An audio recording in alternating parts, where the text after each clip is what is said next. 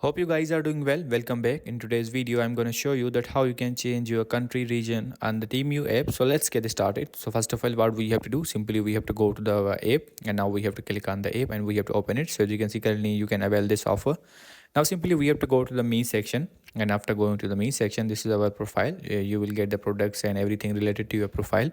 And now we have to click on the settings icon. So let's click on the settings icon, and now we have to click on the second option, country and region. So let's click on this, and now simply you have to select the country. For example, mine is Pakistan, so I'm going to click on the Pakistan here. Let's click on this. If you want to choose the India or whatever you are living in, for example, I'm going to choose the India here. You will get the option related. So now simply what we have to, for example, I'm going to select the Australia. As you can see, so it's to Australia, to I'm going to cut this one, but you have to choose the US one, and after that your country region will be changed.